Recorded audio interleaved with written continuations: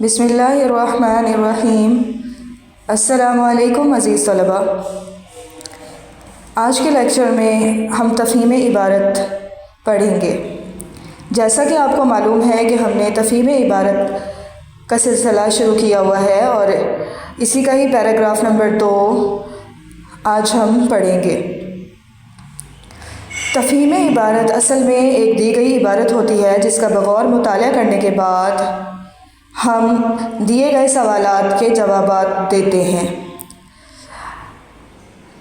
آپ کے سالانہ پرچہ میں یہ سوال 10 نمبر کا ہوتا ہے اور ہر سوال 2 نمبر رکھتا ہے۔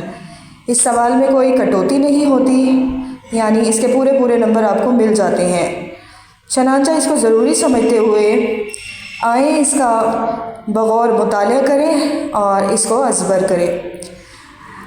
آج کا ہمارا پیراگراف ہے انتخاب کتب کے بارے میں، کتابوں کا چناؤ کس طرح کیا جائے۔ انتخاب کتب ایک اہم مسئلہ ہے، اس کے لیے بہت احتیاط اور غور و فکر کی ضرورت ہے، جس طرح کے دوستوں کے انتخاب کے لیے۔ جیسے ہم ایک اچھا دوست چنتے ہوئے اس کی خوبیاں دیکھتے ہیں، بالکل اسی طرح سے ہمیں کتابوں کے انتخاب میں بھی بہت غور و فکر کی ضرورت ہے۔ جیسے ایک اچھا اور نیک چال چلن کا دوست اپنے دوست کو برائی سے بچا لیتا ہے اور ایک برا دوست اپنے بد کرداری یعنی برے اعمال کی وجہ سے، برے کاموں کی وجہ سے اپنے دوست کو تباہ کر دیتا ہے، بالکل ویسے ہی اچھی کتابیں دل و دماغ پر اچھا اثر ڈالتی ہیں اور بری کتابیں انسان کی طبیعت کو برائی کی طرف لے جاتی ہیں۔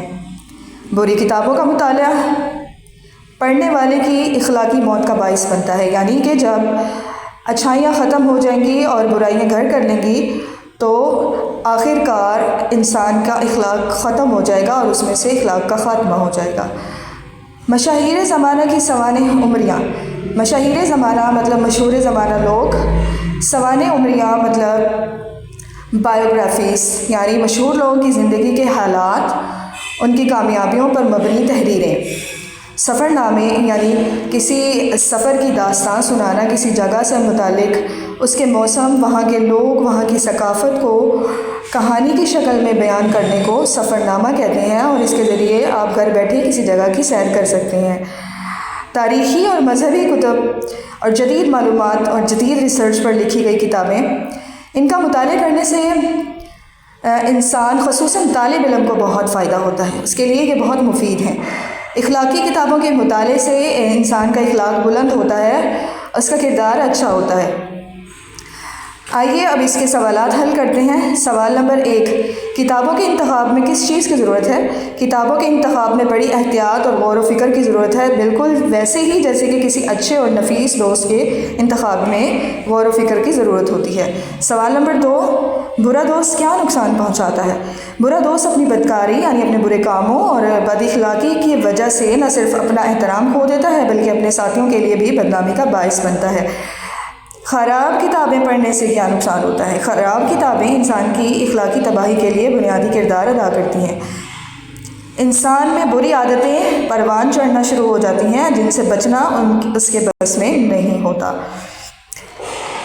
نیکسٹ کوشچن ہمارے پاس ہے، طالب علم کے لیے کون سی کتابیں مفید ہیں؟ طالب علموں کے لیے ایسی کتابیں مفید اور کارآمد ہوتی ہیں، فائدہ مند ہوتی ہیں جس میں مشاہیر کی آپ بیتیاں یعنی مشہور لوگوں کی زندگی کی داستان، سفر نامے اور مذہبی اسکالرز کی کتب یعنی علماء کی کتابیں اور جدید معلومات پر جو مشتمل کتابیں ہوتی ہیں، ان کا مطالعہ کرنے سے انسان کے اندر اقداری خصائص پیدا ہوتے ہیں، ایسی خوبیاں ہوتی ہیں جو انسان میں اچھائیاں پیدا کرتی ہیں اور وہ اپنے مشاہیر کے نقش قدم پر چلنے کی کوشش کرتے ہیں۔